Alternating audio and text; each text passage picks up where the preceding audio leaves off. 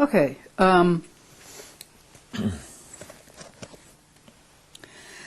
I won't go into a whole lot of the project. The project, of course, is to collect Central PA LGBT history, and I at least didn't know there was so much of it, but there is. Right. And this is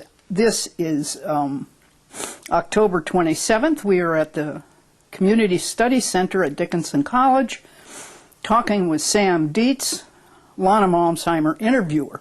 This just has to get on the tape. So, do I have your permission to do the interview and to videotape it? Yes. Good. So, give me your basics. Your name, your date of birth, your background, your family background, your parents' occupations, that kind of stuff. Okay. My name is Samuel Deetz. I most often go by Sam Deetz. I was born in Quakertown, Pennsylvania in 1951 on April 21st. And I was the 8th child of my parents, who were also from that area. My father was born in nearby Montgomery County in a small town named Tylersport, Pennsylvania. And my mother also was born in Quakertown. All of my older 7 siblings were also born in that area. My father had recently become a minister, maybe just a few years before my birth. My parents had converted from the Lutheran faith to a very strict fundamentalist group, and that's how they were endeavoring to raise their children and their family. And shortly after I was born, we moved from Coopersburg, which is near Quakertown, and moved into Allentown. My first memories are of living at the corner of 7th and St. John Streets in Allentown, in a small house next to a white church that was on the corner there. And I probably have memories from as early as 3 years of age, but I didn't live there long. Born in 1951, as I say, and having moved to Allentown shortly thereafter, we again moved, and this is the beginning of my dad's many travels, because from there on I moved hither and yon, mostly throughout Pennsylvania, but also a couple times out of state for brief periods of time. We moved, my first move, I remember, was in 1955, so I was 4 years old. You remember it? Yes, I remember things well, and always have had a pretty good sharp memory for names and places. So we moved into an apartment building first in Snyder County, Pennsylvania, which is not far from Sunbury, Selinsgrove, and Lewisburg. My dad had taken over the pastorate of the largest church in the denomination, which was then meant about 150 to 175 people in the congregation. We were there only 2 years, and I remember starting first grade at the elementary school there near Middleburg, outside of Beavertown. My dad was not given a recall for that church. He had a 2-year term, and so he had to take another assignment. And after I had finished about 1 week of first grade, we moved to Clearfield County, a small town named Mahaffey. And that's where I spent the next 4 years. Finished out first grade and up through 4th, and we felt that it was time to move again, as was the feeling of my parents, or at least of my father. And he was looking around, searching around, and we ended up moving to Dauphin County, north of Harrisburg, a small community near Halifax. We were there 1 year and moved to Williamsport and then South Williamsport. And I won't go on, but I went to 12 different schools before I graduated from high school. In 10th grade, our church denomination, called God's Missionary Church, started a Christian school for 1st through 11th grades. And I was in 10th grade at that time.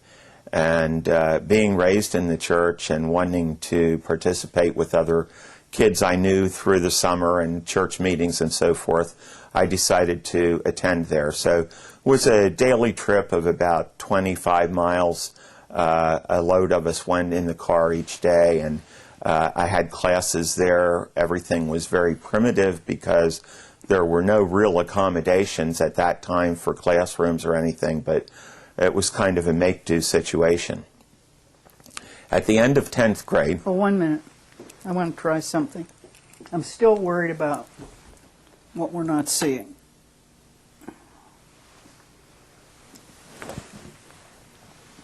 Definitely better. Okay, now we're in 10th grade. Yes. At the end of 10th grade, that was the first year that the school existed, my dad found a church called him in Colorado. So we picked up, and by that time I was the only one living at home. My older brothers and sisters had all either married or were out on their own in the process of finding their own careers and lives.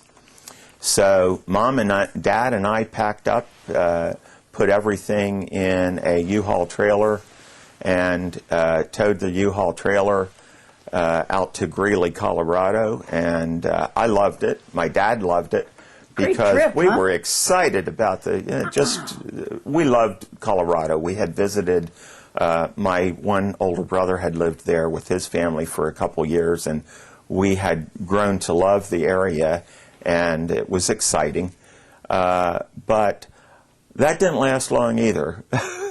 And my mother could not take the high altitude. I started 11th grade and attended the Greeley Central High School for about 3 weeks, perhaps. Loved it, but the doctor said, Reverend Deetz, if you care about your wife's health, you probably better move back to a lower altitude. So without any destination, we packed up again and sadly came back to Pennsylvania.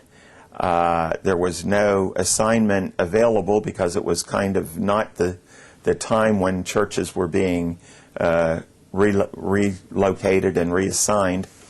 So eventually there was a new church in Salisbury, Maryland that was starting up, and we went there and we lived with one of the church families for about a month or so and found an apartment that we rented, and we were there 1 year. And then my dad was again not reassigned, and we came back to Pennsylvania. I re-enrolled in the Bible school, Christian school that I had been in 10th grade, and finished my high school there. But right here is the juncture of my life where somewhere around age 16, while we were moving to Colorado and then to Maryland, and I was taking correspondence courses that year in Maryland for my junior year, I became aware that I really had some differences that were going to affect my life. Mm-hmm. And of course that you probably already know what I'm going to say. I realized that I was attracted to men and had absolutely no attraction to girls. And so there was a lot of moves. I lived with my sister and her husband for a while finishing high school. And by that time... Was that a problem? Had you come out, or was that a problem? I wrote a term paper for my Problems of Democracy class. POD. POD in 12th grade at the Christian school, and I mentioned that there was a situation in my family that would be very important that I had to determine how to handle, and it would have to be soon, but I didn't come out and name it. But I made it very clear, and I'm sure that my instructor at that time probably wondered, well, what could this be? But we never talked about it, No. and I went Why ahead and not? graduated. Well, it just I was already in a position where our church believed in going forward at the end of a service and committing yourself, being what they called born again. And my father claimed that I was born again at age 3, and often would mention that in his sermons and as an illustration of, I guess, how young you could be to accept a personal relationship with Christ. But it really was not that at all. I was simply, I knew right along, and it was embarrassed whenever I'd hear that illustration in his sermons, because I knew, and I felt kind of guilty, because I knew that it was pretense. I just kept going, and I cringed, but at that point I started praying silently and screaming in my own mind, God help me, God somehow solve this problem, take this away. But they had a habit in our church of going around and praying with folks who had gone forward. I grew up in a similar church. So, people would pray with me, but I couldn't let them in on my secret. Right. So, after struggling with this situation for the next couple years, meanwhile, I got back in the groove with my parents, spend a few months with my sister, then a few months with a brother in the Allentown, Pennsylvania area. Had a couple jobs working at the Allentown State Hospital and also working at a factory. And then I moved back. I had a disagreement with my sister-in-law and was more or less rude and had to move out of there. So moved back. My parents were ready to move to the Pittsburgh area. So I moved along to Murraysville, which is near Monroeville, Pittsburgh. Monroeville. Grew up in Trenton. Yes, Tarentum. Okay. Well, it was very close to New Kensington, Tarentum, those areas. I got a job working at the University of Pittsburgh. It was my first real full-time job that kind of indicated what my career was going to be. There was a connection. Somebody from another church knew that we had moved into the area and wanted to help, knew that I was looking for a job, and really hadn't started college yet. And she hired me for an accounting position at the business office of the Western Psychiatric Institute and Clinic, which is one of the teaching hospitals of the University of Pittsburgh. And that was really a big blessing. I got my start in the accounting profession. I did general ledger accounting and also did cashier work and accounts receivable and billing, and was really learning fast and loved my job, loved the University of Pitt atmosphere and the community. But soon my dad moved again, and this time it was to, my mother and dad moved up to Mercer County. And I decided to keep my job and got an apartment and moved into Pittsburgh near Oakland, between Oakland and Shadyside. But all this time, I was living a life that was very secret, because even though I was living with my family and even for a while was attending church regularly, I started dropping off going to church for any little excuse, and my parents really didn't fight me about it. I think being the last child, they were just glad I was home and kind of let go of a lot of the stringent rules that we had all adhered to earlier.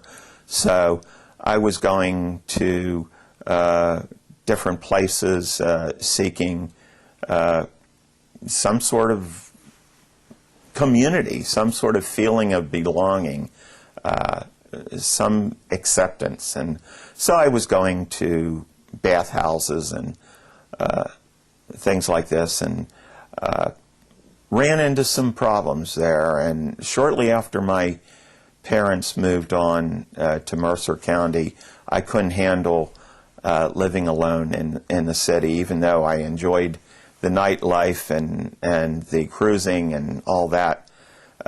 Just really was getting on my nerves living alone and not having somebody that I really knew well to depend on.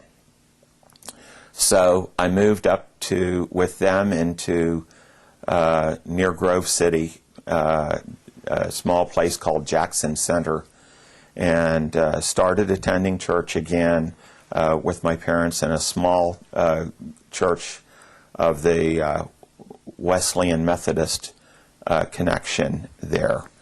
And got a job, found some friends that, two married couples that worked at Larry's AI-80 truck stop, and got to running around with them on the weekends. They kind of had fun. The five of us would go, and I don't know what they perceived, but they were a very friendly group. I lived there 8 months, and it was while I was there, I was always running around, still going down to Pittsburgh on weekends, days off, still traveling back and forth on Route 80, finding contacts. And the end of 1970, I decided to move back to central Pennsylvania. And I got a job at a new hotel that had just opened, the Sheraton Motor Inn in Danville along I-80 in central Pennsylvania. That's along the north branch of the Susquehanna River. And I worked there about 2 years. And while I was working there, I made a lot of changes. I no longer lived with my parents. I was living alone. I had my weekends or my days off and traveled to Harrisburg, went to the bars in Harrisburg, particularly at that time, the Neptune and the Silhouette. Did a lot of dancing, met a lot of local people who were gay men and some gay women. By that time, I was convinced, because of an incident that, perhaps mainly because of my religious upbringing and the sharp contrast that I found with what my life was really about, and it seemed like it was an answer. An answer came that all the prayers that I had gone through for the past 7 or 8 years, there was no answer. My answer, if it came from God or whatever, it was, you are what you are. And So had you been praying for something different? I was hoping that God would remove my desire for homosexual contact. I was hoping that whatever it was, if it was a growing up factor or whatever, as people said, that I would get over it and find a way to love the opposite sex and get married and raise a family like the rest of my siblings. Right. Be normal and not have to worry about it. But I soon, as I say, the answer came. It was like, you are what you are, and make the best of it. And then I started questioning, well, why do you really think? What was the reason you couldn't watch TV, and you couldn't wear jewelry, and you couldn't you couldn't do a lot of things. You couldn't go to movies. And what was there any real reasoning for that? And I I used that as an excuse that, okay, well, that whole religion was very wrong.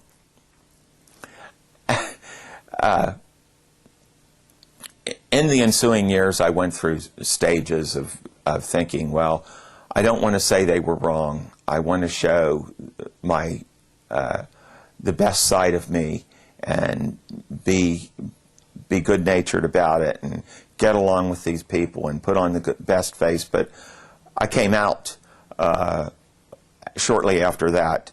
I was following politics, knew that there had been an uprising at Stonewall in 1969, was listening to a lot of talk radio, was following the news accounts, was aware of the changes in the psychiatric meanings and their stands on issues of homosexuality.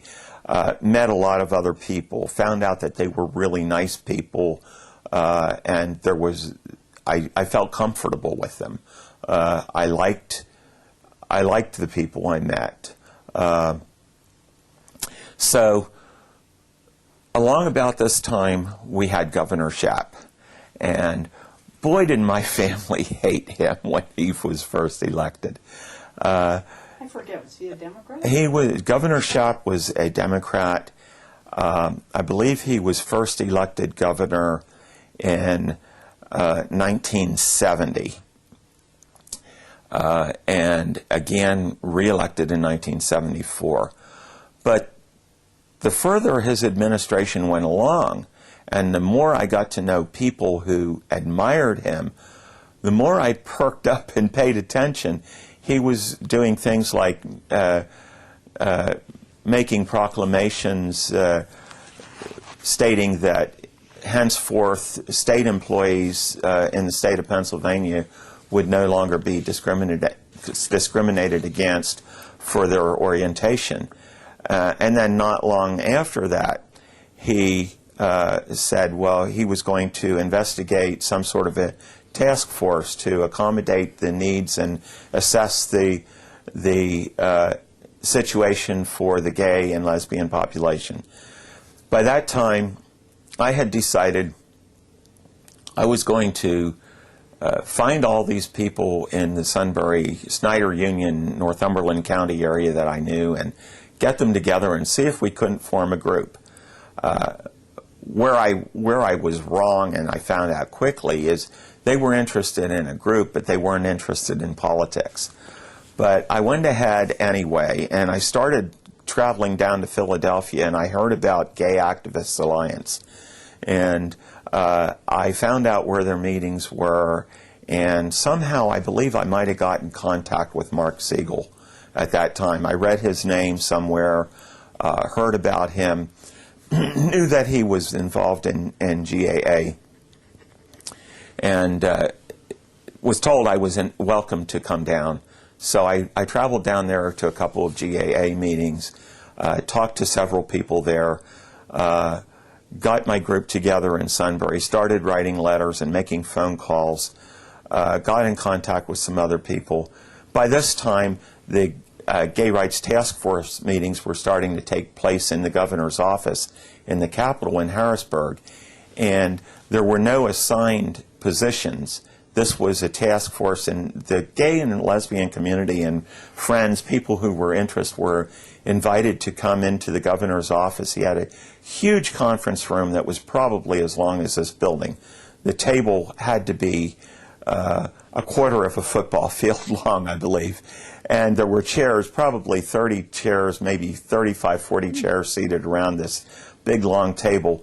And the table extended the length of the room. But the room would get so crowded with the participants and the people who were assigned to assess this gathering that people would come and stand along and line the walls.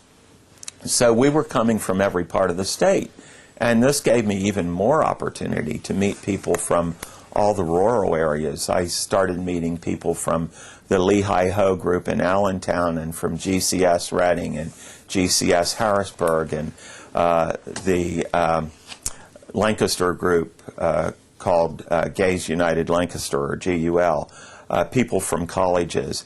And some of the state members were starting to show up. They already had more or less been picked, like Dr. Walter Lear was the representative for the State Department of Health, and Barry Kahn and Earl Greensburg were there as attorneys in the State Department or Attorney General's office, and Elizabeth Schuster was there, and a woman from the Department of Education, I can't think of her name, but anyway, different people from the state were starting to show up, and we started getting to know them, and there were a lot of discussions. These meetings would usually go on for a couple of hours in the afternoon, and then we'd gather down in the lunchroom on the basement of the Capitol and have refreshments together, and so we got to mingle.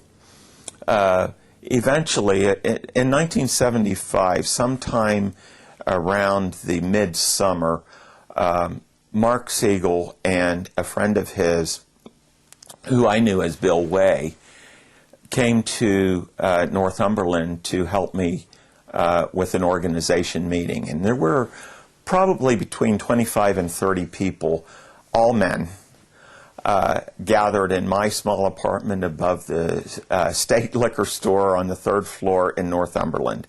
And that's where our organization meeting occurred. How convenient. Right. It was exciting, and Mark and Bill Way stayed overnight. One of them stayed in my apartment, and another member of the group invited the other one to stay. And we more or less had it put together by that time, but there was still nothing on paper that stated the organization. So a few weeks later, Jerry Brennan was notified, and I think Mark asked him to come for a follow-up meeting with us, and of course I had invited them. And so Jerry came up, and we completed the organization, such as it was, that night. Decided on a format. There was a president and a vice president elected, and I think a secretary and treasurer. And they elected me president. But it was pretty clear then already that this group was not real interested in politics. We had discussed, when Mark and Bill were up, and then again with Jerry, we had discussed what the group wanted to do. And they were very careful, and I think it was a real good move on their part to determine what the feeling of the group was. So I was the standout only person who was really interested at that time in the political end of it. And there were a few that I thought were reluctant but might have been interested. So we went ahead and started and formed as mainly a social group. But the one thing they did agree on was that if, as president, I wished to speak out publicly and take some political moves, as long as I didn't mention any other names, and as long as there was no harm done to any other members as far as their personal privacy was concerned, that it would be okay. So that's exactly. Was this a Gay Activist Alliance group? We named the group at that first meeting. We liked what Lancaster had done. We tried to stay away from the more old-fashioned terms. I was all ready to move ahead, so I didn't want anything like homophiles in the group name. Right. And I liked the United thing. So we kind of copied Gays United Lancaster, but we switched it around and called it Susquehanna Valley Gays United. And we did have monthly meetings. We had a few social gatherings. As time went on, I kind of sought out people that were more political so that I would have a core group that I could work with. So eventually I had contacted a young woman who was Ruth Steck, and she was introduced to me by a radio personality on WKOK radio in Sunbury, whose name was Than Mitchell. Than Mitchell, I believe, is in his 90s now, and as far as I know, is still living. But he had a talk radio show on WKOK, and he was probably the most progressive talk radio host in the whole central Pennsylvania area, north of Harrisburg at least. So I became acquainted with him, and he was very interested.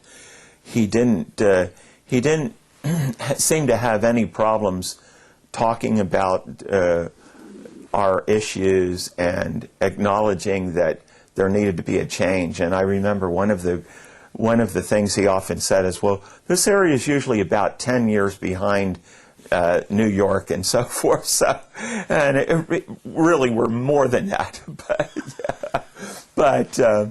So I contacted him and became, I used him as a sounding board, and he would allow me to call in. He knew who I was, and I'd call into the radio show and join conversations. And whenever anything came up that came anywhere near to a sexual orientation, gay, lesbian, I would call in and make my comments. And there were often people who would call afterwards and usually disagree pretty strongly. But what I did is I found Than Mitchell introduced me to Ruth Steck, who had been in a community service organization with him, and also her lover at the time was Janine Browse. And the two of these women added some. Ruth was a very intelligent young woman, not much different in age. Janine was probably 15 years or so older, was very well grounded, and they also had some younger friends, a couple of young women who lived across the hall from me. I met a gentleman named Sam Edmiston, who was active in the gay community, but had gone through some horrible problems with a discharge from the service, and definitely had a leaning on doing something about it. And a gentleman from Williamsport named Dan Manival contacted me, and he had heard about the group and wanted to attend, and I invited him to our meetings, and I met with him privately a couple times, and he was very enthusiastic. So I started, by this time I had Ruth and Janine and Sherry and Lori, and I had met Marcella Bon Jovi, and I had Sam Edmiston and Dan Manival, and I met a gentleman from Bloomsburg who had moved up from the Lehigh Valley and had heard about, he had been a member of Lehigh-Ho. And so by now I had close to 2 hands full of people who were behind me, and the other 25 people were still social. And we still met, but it didn't work out too well for very long. Eventually, the people that were interested in the social only didn't attend as many meetings, and the meetings became more the core group. So it spurred me on more to, during the winter, every opportunity I'd have, I'd write a press release and, tell the Sunbury Daily Item that we were having our monthly meeting of Susquehanna Valley Gays United, and they asked questions, and I told them that we had elected officers, and we had members from 3 or 4 counties, and couldn't name names, but we had opened a bank account at the Northern Central Bank, and this got in the newspaper somehow. They had misnamed us, and I don't know if it was a joke or if somebody had a typo, but our bank statements started coming to us, Susquehanna Valley Gays Unlimited. All right. And of course, Mark Siegel was keeping an eye on us, and he picked this up in the Gay News. And at that time, there was a paper in Lancaster that circulated to the rural areas mainly, called the Lancaster Gay Era, and eventually they dropped the name Lancaster and just became the Gay Era. And they picked it up, and we went around from meeting to meeting. Meanwhile, the governor's council was appointed, and I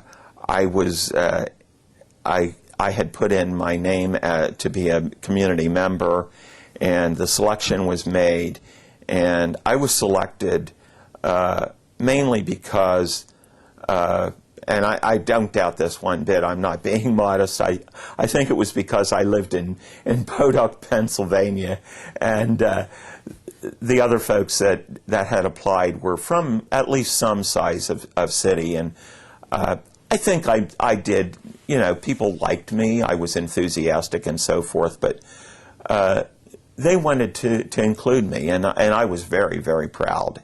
And so it was time to tell my parents. And Now, which organization is this? this was, the governor had made his proclamation that he was appointing a council for sexual minorities officially called the Governor's Council for Sexual Minorities, and the whole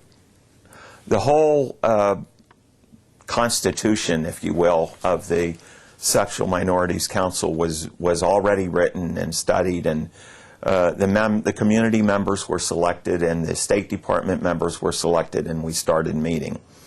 Meanwhile, the people who had gathered around the edges of the conference room who wanted to participate, and they didn't give up and hang up their bags and go back home because there was a limited amount of seats on the council. Even before the council members were named, we started a rural group because Philadelphia had their organizations, Pittsburgh had their organizations, and there were lots of us in between who we now knew each other. The connections had been made, the ball was rolling, and we got together and decided to have meetings, and we formed the Pennsylvania Rural Gay Caucus. And I think that was started, as far as I know, sometime in the late summer or early autumn of 1975 is when we first met. And probably officially the first meetings were held after Governor's Gay Rights Task Force meetings. The rural people would sort of huddle together and start conversations. So we met and traveled from city to city around Pennsylvania, and I thought that was terrific. And of course I was at every meeting I could get to. And I know Sam Edmiston and Wayne Rao, another young friend who was in our group at SVGU and was our treasurer for a while. They'd go with me, and Dan Manival started going with me. Ruth Steck and Janine were attending a few of our meetings. And so we had an organization, and by this time we had decided to have a lobby day. One of the first major steps that the Rural Caucus took was to say, we've got to do something to educate the legislators here who didn't know anything and were calling us all sorts of names and making all sorts of comments. We've got to do something. So I volunteered to help. So I think Joe Burns was in charge of the caucus in an informal setting at that time, and he, with more or less unanimous agreement of those attending at that meeting, he appointed myself and a woman named Lynn, and I can't think what her last name is, and she was from Wilkes-Barre and was also attending that meeting. We were to be the co-chairs, and there were other people who raised their hands, and they were our first Lobby Day committee members. Well, I remember we started holding meetings weekly from probably October, when that first was decided, until March, I believe it was March 18th or 23rd, one of those two dates, and it's in our notes somewhere, is when Lobby Day was held. And we held meetings weekly, almost weekly, if not every week, and got together and started devising ways to let everybody know and invite Pittsburgh, invite Philadelphia, plan buses, plan the time, plan what we were going to use, how we were going to identify ourselves, where we were going to meet, what subjects we wanted people to discuss, how we wanted them to approach in pairs, planning tags, which we did. We did a pink triangle. We loved the pink triangle. A lot of us really took that to heart. We had all read about the situation in Germany before World War II, and just kind of felt a kinship with that symbol. So we chose that. Unfortunately, we didn't study hard enough. We had the pink triangle the wrong way. But nevertheless, we made our badges, and we ended up all gathering, and by this time, I was appointed to the council. It was going to be in all the public dailies in the state, and I did my business and came out to my parents and my family.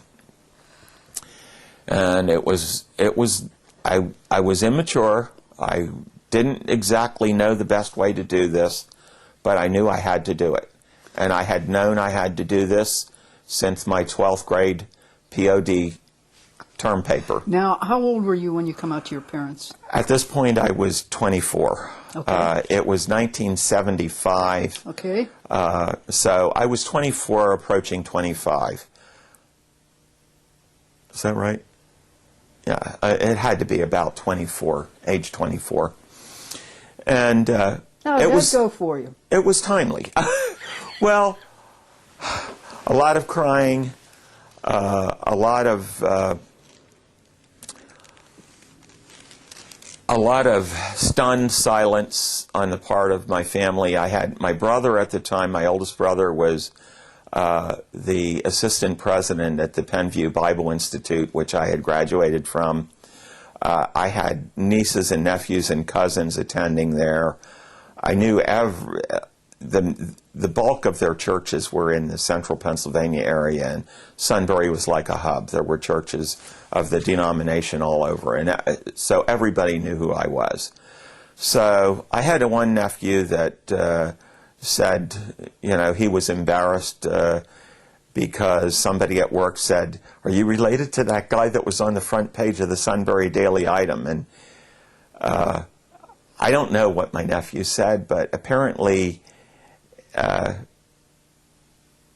he wasn't happy about it, because later he moved to Florida, and he told me how embarrassed he was and what a hard time it gave him on the job. And I had a couple calls from relatives and with hang-ups, and actually they never completely, they were shocked, they were stunned, but they didn't want to stop our relationship.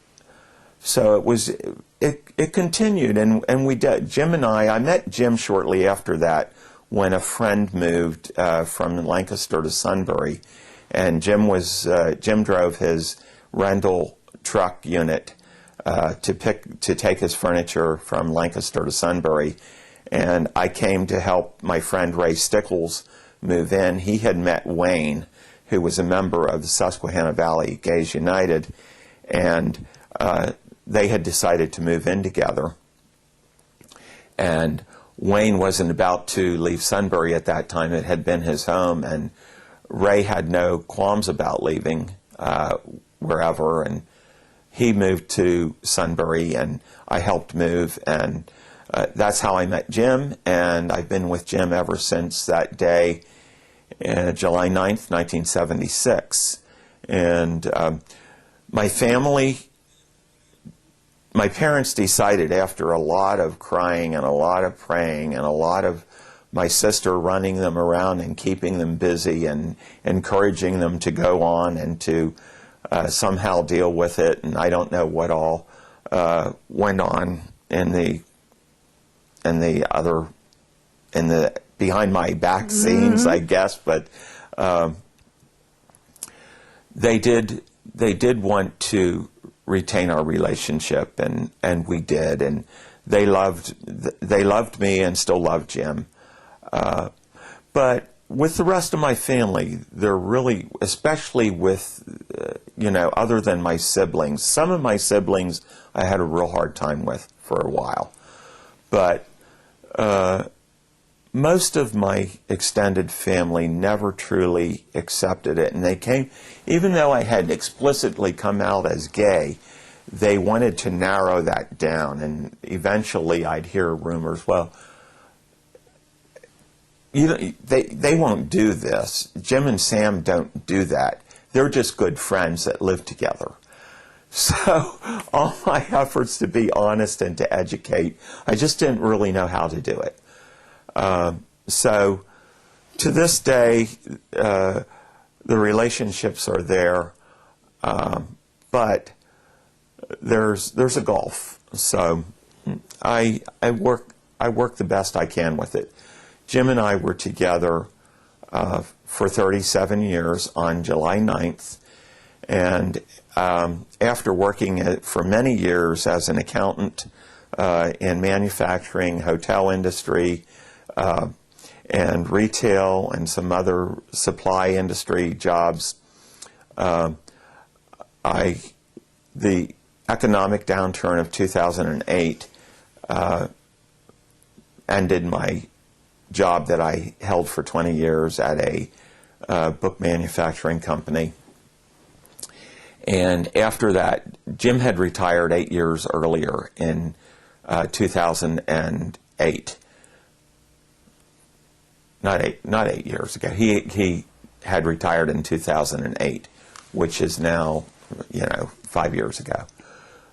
So he was retired, and I lost my job, and I said, well, now's a good time to take a look, and we decided to move to Delaware.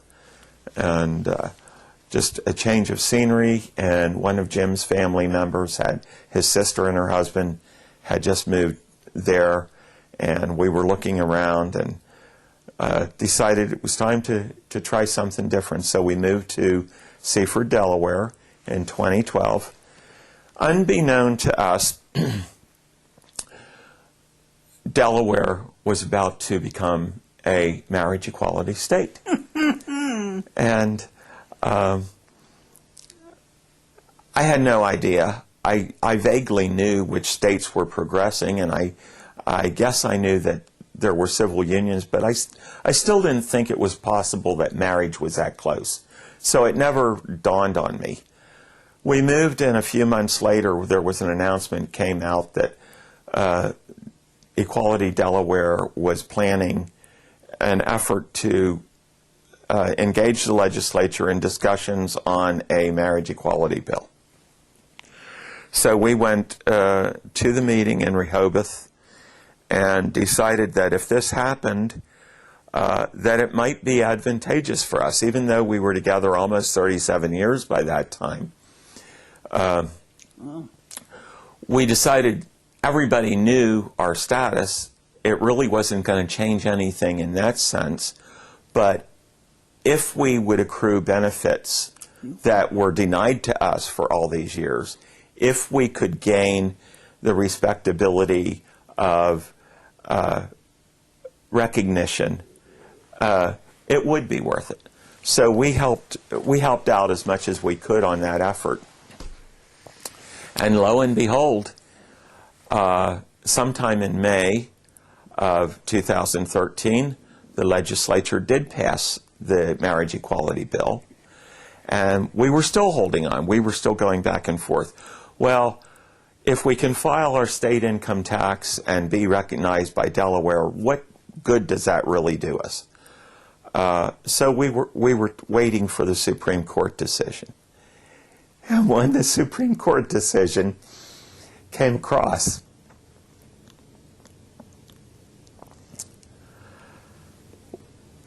we knew.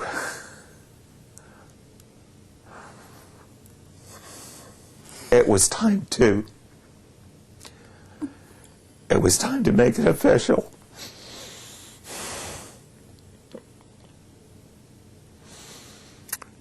The recognition and the hard work that we had done all those years to keep our relationship together,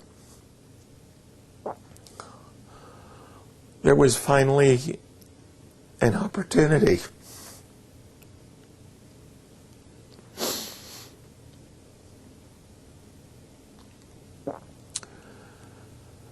to give us some pride.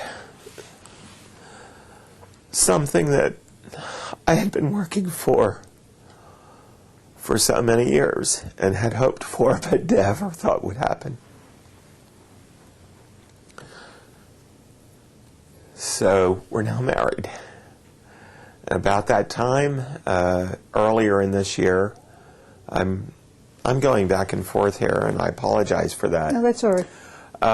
But about that time, we heard about I heard mainly about the history project starting here. I was very excited about it. And that's how I came to take part in this interview and help celebrate with the friends that I had made so many years ago. Oh, yeah. So many of us had become close friends, and we had long periods of separation but I think we all still treasured those days of first recognizing that we weren't the only people who had the situations that we were experiencing. We weren't the only people who feared job discrimination. We weren't the only people who were had to be afraid of neighbors calling us names, and if we went out, that people would be waiting for us to lurk and prey on us, to rob us, to harass us, to whatever. So after all those years, and pretty much we lived a normal life for all these 37 years plus. We were just like any other family. Straight guys. We were two men with who were gainfully occupied, employed all our lives. We had the same good times and bad times, the same upturns and downturns, the same financial type of problems, the same family type of problems, the same decisions to make. We went on vacations. We enjoyed visiting all 50 states. We met a lot of people. We never ever shut anybody out. We were never afraid to mix with the general community. We made friends. Our closest friends for many years were some of Jim's professional associates from the high school he taught in. But it did, some of the circumstances did limit for a good period of time the type of activism that I was doing. Because in those days, if a public school teacher was found to be in a relationship of the type that we were in, living together and associating with other gay people and belonging to gay organizations, and that became a problem with that could somehow seep into the school student body or into the organization, the administrative organization. It could endanger the person's job. So, I mean, we even had, by that time... Why is that, do you think? Well, There were a lot of states that actually had prohibitions. I remember the Briggs Amendment in California, where they actually had to vote it up or down because a legislator named Briggs, I believe it was John Briggs, back in the 70s, as early as the 70s, had tried to legislate that California schools could not hire, employ, or use gay or lesbian instructors. And many states used other laws to have the same effect. In Pennsylvania, I think the main problem was laws that were vague and more or less spoke about the wrong type of influences, non-traditional influences on family life of students. You know, anything that could tarnish the name of the school by bringing attention to a teacher who was associated with a unacceptable lifestyle.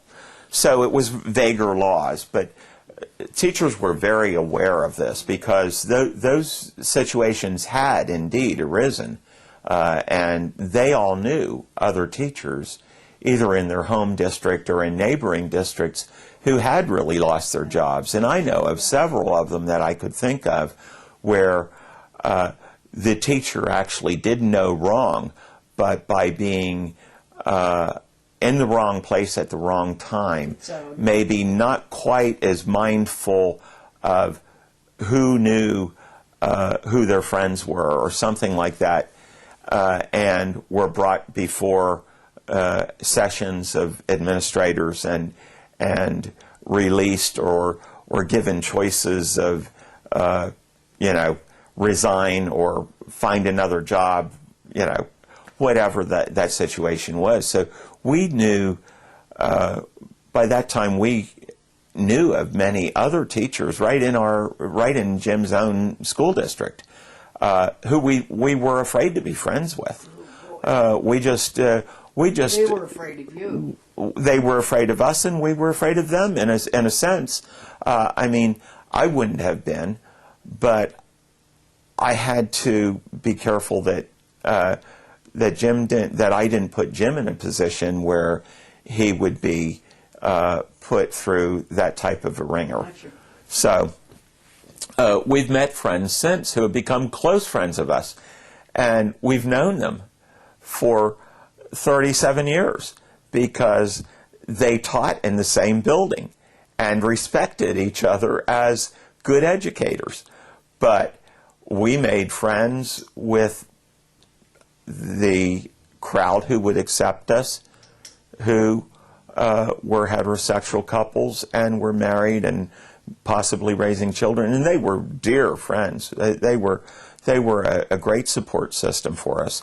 I also, during that period of time, I joined NOW and was active in the Lancaster NOW chapter. Later on, I became a Democratic committee person in the Democratic Committee of Lancaster, and I was always outspoken in those venues. So I was always available for rallies and that type of thing.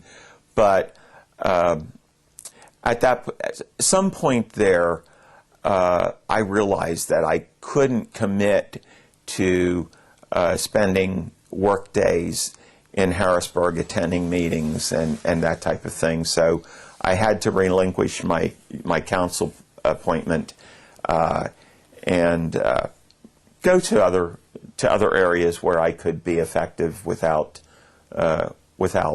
those responsibilities being sacrificed. And so anyway, I contacted Barry when I heard about the history project and volunteered information, and I volunteered to share what I could. And I'm very, very pleased about where we're headed, and hopeful that Pennsylvania legislatures will soon make the turn also. But having dealt with Pennsylvania legislators for all those years, I felt pretty hopeless about it. When I left Pennsylvania and moved to Delaware, I thought, well, you know, Pennsylvania's got a ways to go. But hard telling, where the ball is rolling now, we've got a... Well, it may happen through the law. I think that possibly the courts will decide. There's this clerk who's issued something like 250 Montgomery marriage County, license. my father's birth county. Proud of that. Do you recall any outstanding moments in this process, in your activism, in your personal life? Well, let's try to divide that up. In activism, the two most important milestones for me, they were kind of personal successes that gave me encouragement to continue and to work harder. And that was helping to see the first lobby day take place in Harrisburg and get notice. It was pretty well picked up by the news media across the state in March of 1976, when 125, somewhere between 125 and 150 people came on bus and by car from all parts of the state and wore our little pink triangle badges and went to legislators' offices. And even though a lot of them laughed at us and joked about it and made fun of it, it got the start. People all across the state knew that there was a group of people who was concerned about something that maybe some of them didn't even have the faintest idea was going to happen. And who vote. And who vote.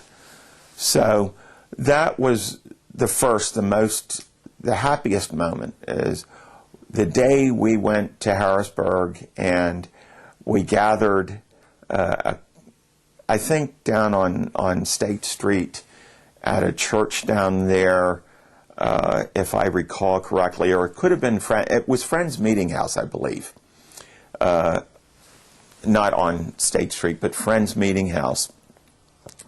We gathered, all 125 of us, we registered.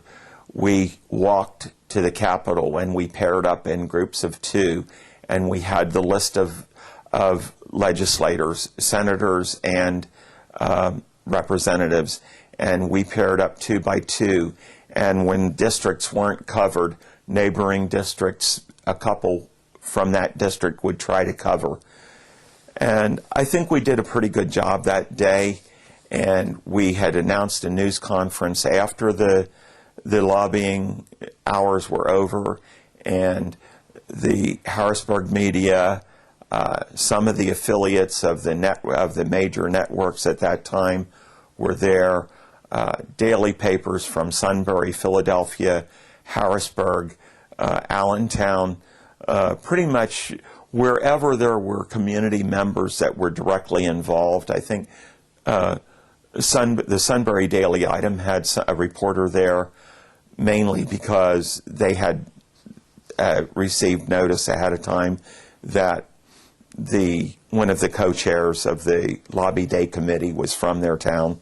So it was published on the front page of the paper, and it was a momentous moment. It was when I picked up that paper and I read the first paragraph, and it went something like, have you taken a look around lately? Are there 10 people nearby? Count these people as according to Sam Deetz of Northumberland, Pennsylvania, 1 out of those 10 people was probably a lesbian or gay person. At that time, we believed that that figure was correct. Since then, there have been modifications. It's not very clear. But it's not very clear. There's a long route to go before we know just who all might come out of the closet. But the closet, there's still a very big there's closet. still a very big closet. And so that was the lead-in paragraph, and it kind of grabbed people's attention.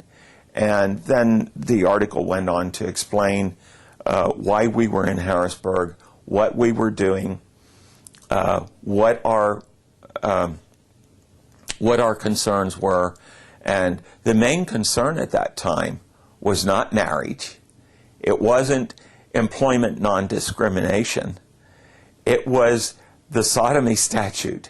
We still were... Okay, this was before Lawrence. This was before the court struck down the sodomy statute.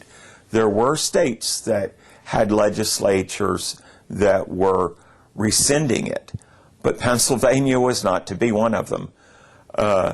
The Pennsylvania sodomy statute, or to be more specific, the voluntary deviant sexual intercourse law, was a name that was very familiar with us, very much at the top of our minds, because by law, just by the act of being loving to another person of the same sex, we were in a criminal category.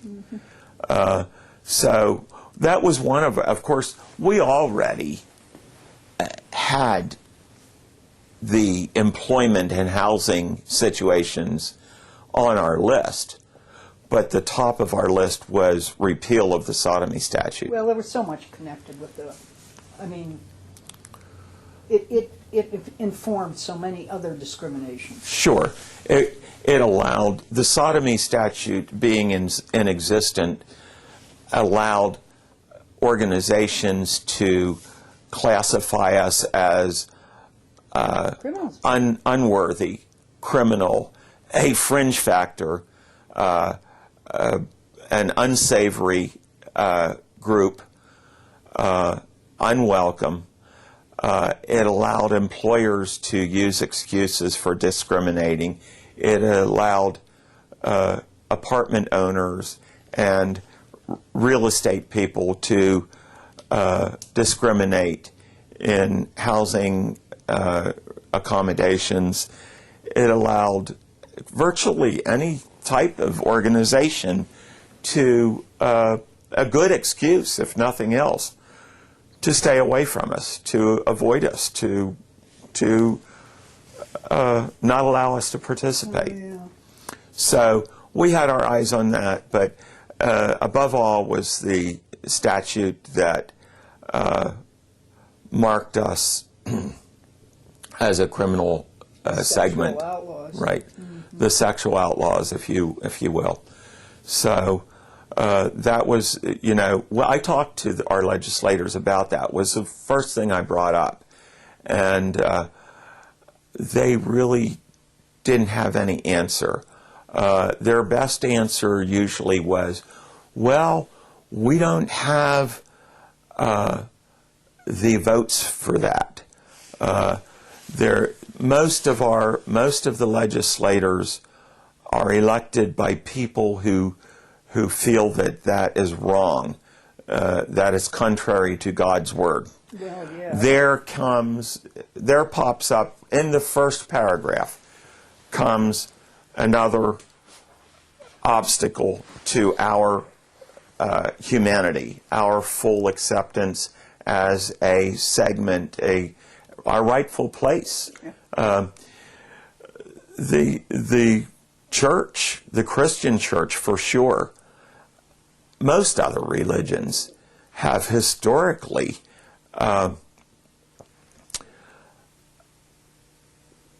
caused our people to be powerless, to not be accepted, to be outlaws. God's forsaken. Well, most sodium laws come out of religious Sure. tradition. So the other point that I was, of course, very proud of was being appointed to the Governor's Council. Even though I couldn't remain on there, I was so proud that I got to work with people like Captain Rodriguez of the Pennsylvania State Police. He was one of my contacts. I met with him.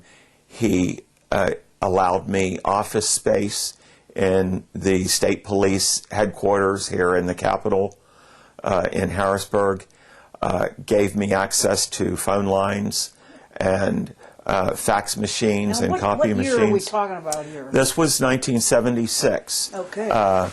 One of the assignments that I had as a member of the Governor's Council was they selected a steering committee, and that committee was to more or less be a facilitator of that portion. The state departments were broken up into, as much as could be, closely related segments. So education and health might have been together. I don't know that for a fact at this point. Law and enforcement probably were grouped together. There were different groupings.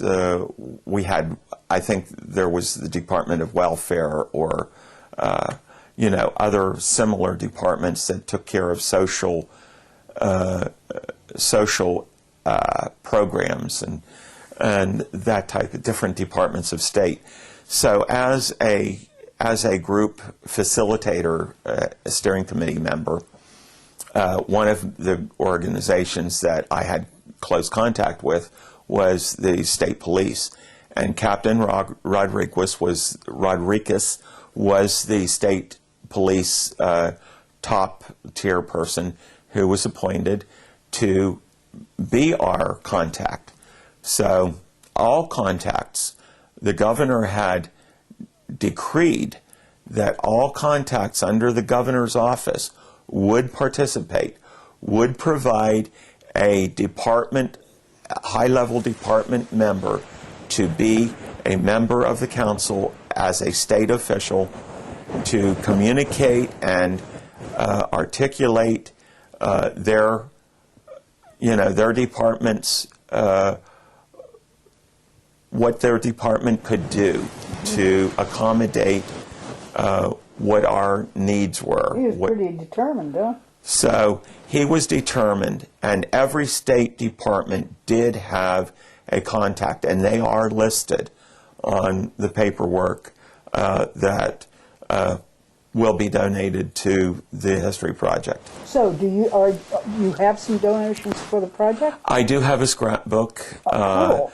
A lot of the things that I had collected, I had sent to a good friend some years ago when I was moving, and I had boxes and boxes of this stuff, and I no longer was in a position to use it. It was just stored, and I wanted the information from the 70s to have a home where it would be safe. Yeah. And so I send it by parcel post to Roger Beatty, who had moved from central Pennsylvania to Pittsburgh, and I had come to highly respect Roger, and he was a friend of mine. We wrote letters back and forth for a long time, exchanged cards at holidays and birthdays and so forth. And I knew that he was pretty well established in his position in Pittsburgh by that time. And I asked him to take it and donate it somewhere where he would find fit. Unfortunately, Roger had an untimely death a few years ago, and I don't know what became of it. So what little I have is a scrapbook, and my appointment to the council, which was on a certificate that was given to each member, and a few other things that I've brought with me or will find and donate to the project. I wonder if the other material is trackable at all. I've tried to look it up, and I'm just kind of coming across a dead end.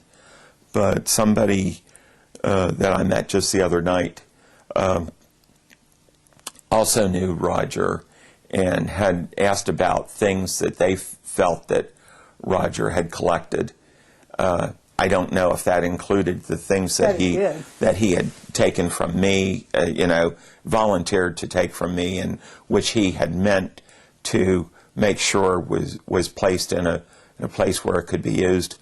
But according to what I heard, the family had just gone in and removed everything from his home and discarded of it. So I'm not too hopeful. So that's why I'm double glad that Joe Burns has kept so much of his. He really has. Have we missed anything? Your last question that you posed was important things, either Yes. personally or in the activism. Personally, I continued to encounter situations that were difficult, and I dealt with them as they came up. I still had a long ways to go to learn the best way to negotiate things.